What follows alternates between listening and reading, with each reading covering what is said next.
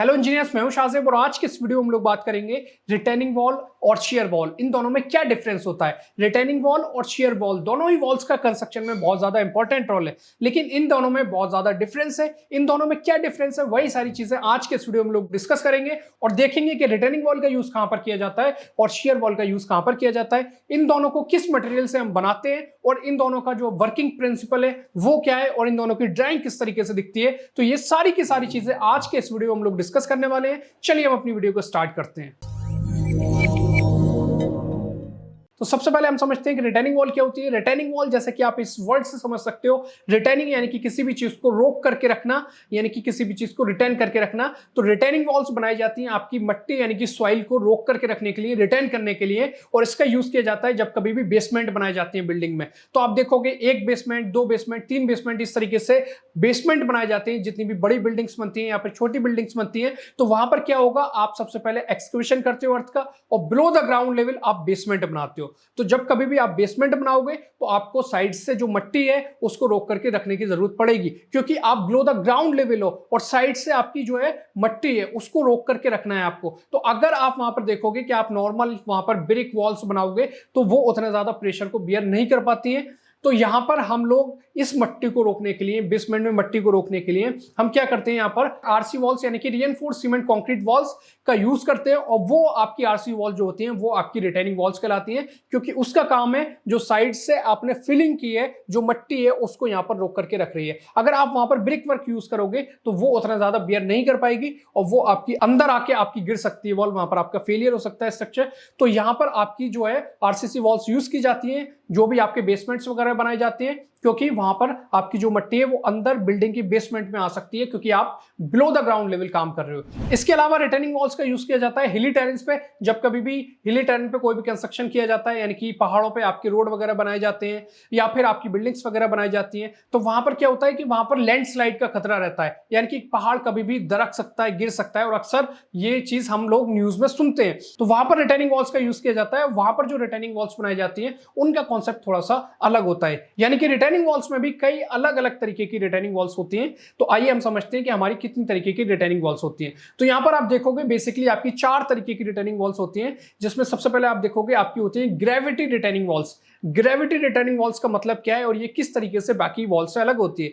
तो यहां पर ग्रेविटी रिटेनिंग वॉल जो है, इसमें आप देखोगे, अगर आप इसका सेक्शन देखोगे तो यहां पर आप इजीली देख सकते हो कि ये नीचे से काफी ज्यादा चौड़ी होती है और ऊपर की तरफ ये पतली होती जाती है। तो ये आपकी ग्रेविटी रिटेनिंग वॉल्स होती है और इसका सबसे ज्यादा यूज किया जाता है पहाड़ों पर। और जो आपकी ग्रेविटी रिटेनिंग वॉल्स होती है इसको हम लोग बनाते हैं बड़े बड़े पत्थर का यूज करके, ताकि ये काफी ज्यादा प्रेशर को बियर कर सके। तो ये ग्रेविटी रिटेनिंग वॉल्स आपकी मोस्टली हिली टेरेन्स पे रोड के साइड्स में बनाई जाती है, ताकि वहां पर एक हद तक लैंडस्लाइड को कंट्रोल किया जा सके। तो ये आपके बड़े बड़े पत्थर को यूज करके बनाई जाती है। इसके बाद आपकी आती है कैंटिलीवर रिटेनिंग वॉल, यानी कि यहां पर आप देखोगे एक आपकी बेस स्लैब बनाई जाती है और फिर उसके ऊपर आपकी वॉल खड़ी रहती है। यहां पर आप देख सकते हो इसका सेक्शन, इसमें आपको पता चल रहा है नीचे आपका बेस स्लैब आएगा, उसके ऊपर आपकी वॉल खड़ी हुई जाएगी। यहां पर आप ड्राइंग में इसमें इजीली देख सकते हो कि आपको दिखा रखा है बेस स्लैब जो है वो आपकी 230 mm की है और जो आपकी इसके ऊपर वॉल आ रही है वो भी आपकी 230 mm थिकनेस की है। यहां पर आपका प्रॉपर स्टील बार्स का यूज किया जाएगा, कंक्रीट का यूज किया जाएगा। और इसका जो आपकी कैंटिलीवर रिटेनिंग वॉल है इसका यूज सबसे ज्यादा किया जाता है बिल्डिंग्स के केसेस में, जहां पर आपके बेसमेंट वगैरह बनाए जाते हैं या फिर आप किसी स्लोप वाले एरिया में काम कर रहे हो, बिल्डिंग बना रहे हो, वहां पर आपका इस तरीके की कैंटिलीवर रिटेनिंग वॉल का यूज किया जाता है।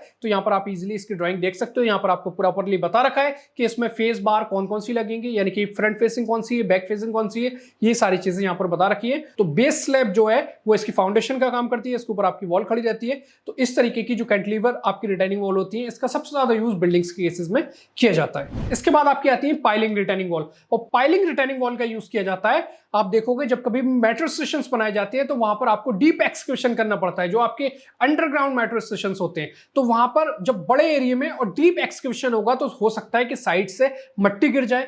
तो मट्टी गिरेगी तो वहां पर कोई भी घटना हो सकती है, आपकी लेबर जो काम कर रही है वहां पर या फिर आपकी मशीनरी है वो दब सकती है उस मट्टी में। तो वहां पर उन सारी चीजों से बचने के लिए क्या किया जाता है, वहां पर टेम्परेरी रिटेनिंग वॉल्स बनाई जाती है। और टेम्परेरी रिटेनिंग वॉल्स में क्या किया जाता है, शीट पाइलिंग की जाती है। शीट पाइलिंग यानी कि शीट्स होती हैं आपकी वर्टिकल, उसको अर्थ में ड्रिवन किया जाता है मशीनरीज के थ्रू। तो वहां पर टेम्परेरी आपकी जो शीट पाइलिंग की जाती है वो आपकी टेम्परेरी रिटेनिंग वॉल का काम करती है जब तक कि कंस्ट्रक्शन कंप्लीट ना हो। कंस्ट्रक्शन कंप्लीट होने के बाद उसको वहां से रिमूव कर दिया जाता है, या फिर कोस्टल प्रोजेक्ट्स में शीट पाइलिंग का यूज किया जाता है जो आपकी परमानेंट होती है। तो ये आपकी पाइलिंग रिटेनिंग वॉल कहलाती है, यानी कि इनका काम भी है साइड से जो हम एक्सक्यूशन कर रहे हैं तो साइड से मट्टी ना गिरे अंदर आकर के, तो उसको रोक करके वहां पर रखती है। इसके बाद आपकी आती है एंकर्ड रिटेनिंग वॉल। इसका मतलब क्या होता है, तो यहां पर आप देखोगे जब कभी भी जियोटेक्निकल इनस्टेबिलिटी होती है, यानी कि लैंडस्लाइड का खतरा ज्यादा है, लेकिन वहां पर हम कोई रोड वगैरह हैवी स्ट्रक्चर नहीं बना रहे हैं, वहां पर हम कोई बिल्डिंग वगैरह बना रहे हैं, तो वहां पर क्या होगा कि पहाड़ पीछे से, आपके बिल्डिंग के पीछे पहाड़ है कोई, या फिर साइड में कोई पहाड़ है,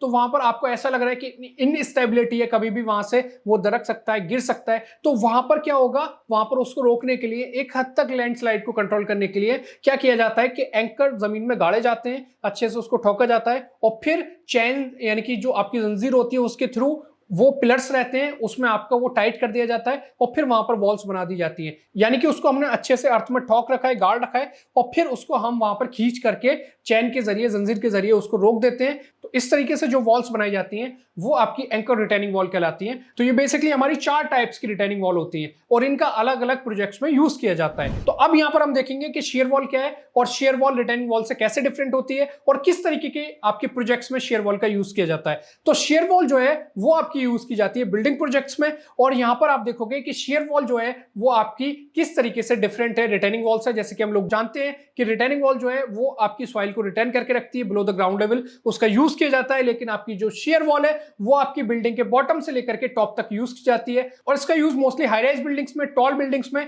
या फिर स्काई स्क्रैपर्स में किया जाता है। तो यहां पर हम देखेंगे कि शेयर वॉल जो है वो देखने में कैसी होगी, यानी कि उसका फिजिकल अपीयरेंस कैसा होगा।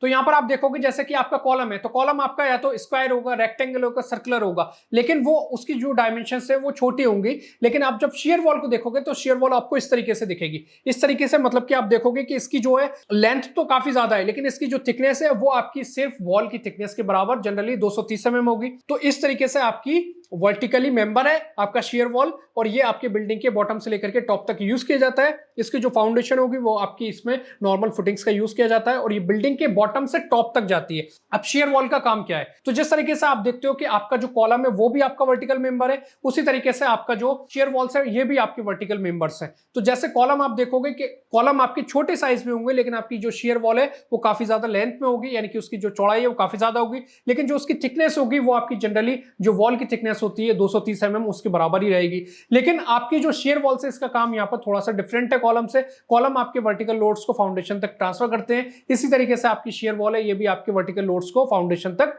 ट्रांसफर करती है। लेकिन यहां पर आपके जो लोड्स है ये आपके लेटरल लोड्स को रेजिस्ट करती है, यानी कि ऐसे लोड्स जो बिल्डिंग पे हवा की वजह से आते हैं या फिर भूकंप, अर्थक्वेक की वजह से आते हैं, उन सारे फोर्सेस को यहां पर ये रेजिस्ट करती है और उसको ट्रांसफर करती है फाउंडेशन तक।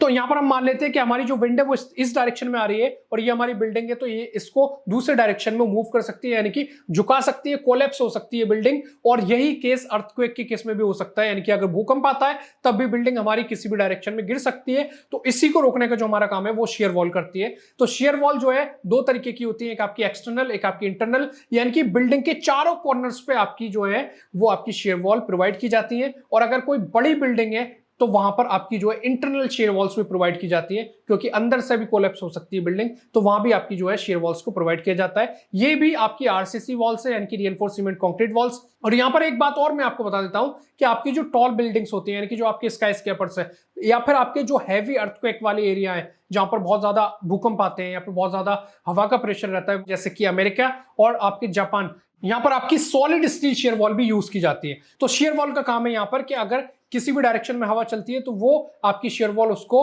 बिल्डिंग को झुकने नहीं देगी, कोलैप्स नहीं होने देगी। भूकंप आता है तो उसको वहां पर भूकंप से बचाएगी, यानी कि बिल्डिंग आपकी सेफ जोन में रहेगी अगर आप शेयर वॉल बिल्डिंग्स में प्रोवाइड करते हैं। तो ये आपके चारों कॉर्नर्स पे दी जाती है, और वो बहुत सारी चीजों पर डिपेंड करता है, और आपको अलग अलग कंडीशन भी देखने को मिल जाती है। और अंदर अगर कोई बड़ी बिल्डिंग है तो वहां पर अंदर भी, जैसे कि आपकी लिफ्ट में जो आपकी आरसीसी वॉल्स प्रोवाइड की जाती है, तो वो भी आपकी शेयर वॉल का काम करती है। तो आई होप आपको अच्छे से समझ में आ गया होगा कि रिटेनिंग वॉल और शेयर वॉल में मेन डिफरेंस क्या है और इसको किन तरीके के प्रोजेक्ट्स में यूज किया जाता है। और अगर आप इसी तरीके की और भी वीडियोस चाहते हैं तो हमारे रिइंफोर्स चैनल को सब्सक्राइब कीजिए।